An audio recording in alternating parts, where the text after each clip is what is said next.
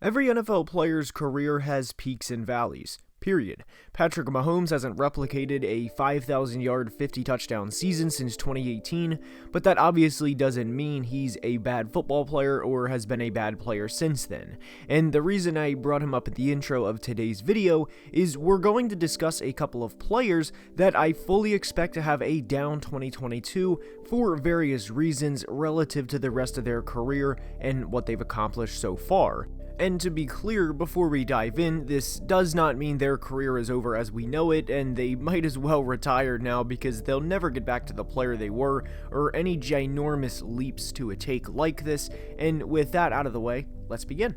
And we're going to start today's video with a player who wants a contract extension as I record this, and it's Seahawks receiver DK Metcalf. Over the first 3 years of DK's career, he has been at times an extremely electric football player and has two 900-yard seasons and a 1,300-yard season to his name. Not only that, but he has 2 seasons with double-digit touchdowns, and he has proven to be a problem and a player NFL defenses struggle to cover. It's more complicated than this, but gee, who would have thought a physical freak that's 6'4", 230 pounds, and runs a 4.33 40 would be hard to cover at the next level. Anyways, for the first time in his career, he will be without a future Hall of Fame quarterback in Russell Wilson, and whether it is Drew Lock or Geno Smith starting at quarterback for the Seahawks this year, there's no denying neither of those guys are what Russ is at the quarterback position. And even if Seattle gets crazy and trades for Baker Mayfield before the season starts,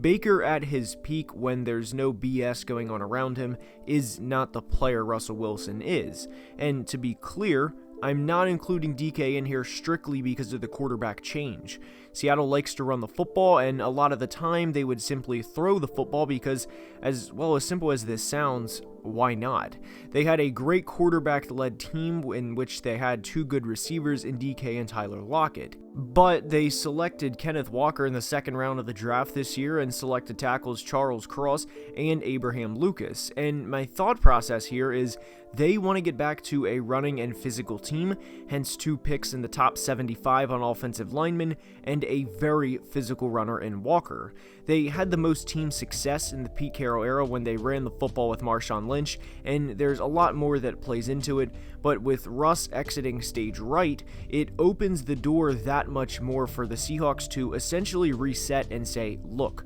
we want to run the football, and now we don't have an unhappy quarterback who lists cities he would like to be traded to in the offseason, and a general distraction at that. Now, does Drew Lock and Geno factor into DK not having as good of a 2022 as we've seen him have in previous years? Of course it does, but I also am under the belief Seattle wants to run the ball more, which will inevitably hurt DK Metcalf and the numbers he puts up moving forward. Next up is a bit of a surprising one, but hear me out on this, and it's Bills' new pass rusher Von Miller. Von was a big talk of the offseason as he signed a 6-year, $120 million deal a few months ago with the Bills now, and the initial reaction from not just this specific signing, but a signing like this is what an overpay or what an overreaction from the Bills or X or Y team to sign this position, but the deal isn't actually going to be the full 6 for $120. As for Von and why I think he regresses, let's discuss a couple of things entering the 2022 NFL season. He is 33 years old, coming off of a 9.5 sack season, and from a statistical standpoint, I don't expect Von to be that large of a contributor in 2022, and here's why. 6 of the Bills' 17 games are going to be against the Dolphins, Patriots, and Jets, and this really isn't a bold take, but I do believe the Bills are going to win this division by quite a lot.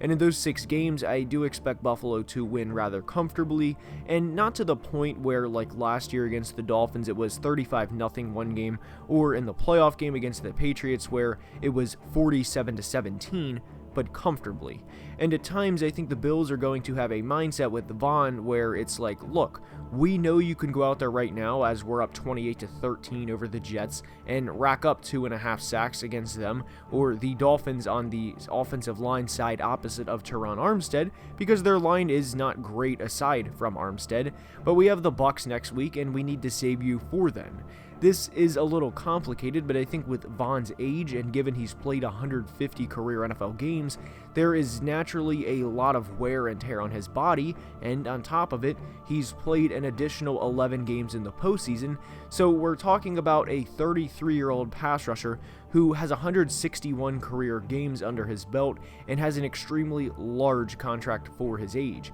and he's just starting that contract, by the way. That contract is more of a 3-year deal, but the point is the Bills have a ton of money invested in him and will want to keep him for those moments when they very much need him. I don't think the Bills signed a role player or a rotational pass rusher, to be clear, but the days of him playing 90+% of the snaps are, well, over. And I think Von will have some key moments in 2022 and beyond for that matter, but never be a 15-sack type player the way you may expect him to be with that type of contract or the way he once was.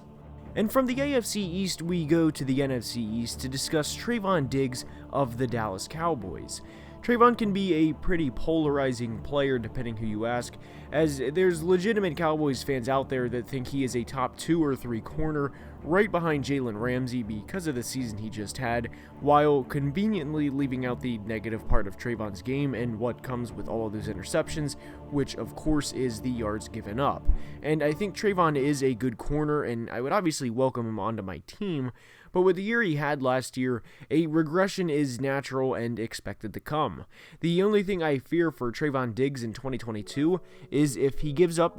a shit ton of yards again, how the media and how Cowboys Nation will react if he's not getting all those interceptions to combat the yards he naturally allows. It's in a lot of ways a double-edged sword, and when you snag 11 interceptions in one season, you generally live with the bad. And as impressive as corners like Darrelle Revis, Richard Sherman, Jalen Ramsey, any of them over the past 10 to 15 years have been, this is going to sound crazy when said aloud, but none of those guys ever had a year that Trayvon had in 2021. And Dallas last year struggled with teams like the Bucs, in which they allowed 2 100-yard receivers in Chris Godwin and Antonio Brown at the time, and obviously that alone does not fall on Trayvon exclusively, nor am I trying to imply that, but in order to get a Lombardi trophy, you have to be able to beat the top teams in the conference, all of which have big-name receiving tandems. And 11 interceptions for a single player in today's era is an outlier relative to the other seasons guys have had. And I commend Trayvon on the year he had last year, as it's a once-in-a-lifetime season, but I don't see any way he doesn't regress in 2022. And next up is a bit of a weird one because he's one of the best at what he does in the NFL currently, but it is Raiders receiver Devante Adams. This is not because Devante Adams stinks or Derek Carr is bad now or any of that. Raiders fans are some of the most passionate fans in all of the NFL and will have no problem tearing you a new one to tell you how they feel, which, by the way, I completely respect the passion you guys have for your team. But I think Devante regresses because of how many mouths there are to feed in Las Vegas. With Devante, you have to remember the type of year, or last 2 years, this dude has had, as it's a referenced a lot on this channel, but he has 29 touchdowns over the last 2 years, and that not only doesn't happen by accident, but there's also another thing that usually, but not always, but usually factors into why a player could tear up so much over that brief of a time period, and with Green Bay it was very much the case. There was no good Robin to Devante's Batman, and sure, MVS or Alan Lazard aren't bad players, but look at another team in the division, for example, in the Minnesota Vikings. Adam Thielen is a hell of a lot closer to Justin Jefferson than what either of those guys were to Devante, and the same thing goes for T. Higgins to Jamar Chase in Cincinnati. Devante ate in some part due to having a 4-time and back-to-back league MVP throwing the ball time and time again to the tune of 318 targets over the last 2 years for an average of 159 per year. If Hunter Renfrow, Darren Waller, and Devante are all healthy for a full 17-game season, along with Josh Jacobs getting a lot of carries out of the backfield, is it reasonable to think Devante's production will dip a hair while still being a very good contributor and football player for the Las Vegas Raiders? Yes, and I think there will be games where Devante will be used sparingly and only have 5 or 6 targets because the Raiders will see he's double covered and they'll see Darren Waller has a one-on-one against a slower and shorter linebacker and exploit it time and time again. So yes, statistically I believe Devante will regress in 2022, but I think the Raiders will be one hell of a team to try and stop. And with that being said, that's all I have for today's video. I hope you enjoyed, and if you did, now is the time I ask you to please leave a like and subscribe to the channel, as it would truly mean the world. And until next time, as always, please be safe and have a great day. Love you guys.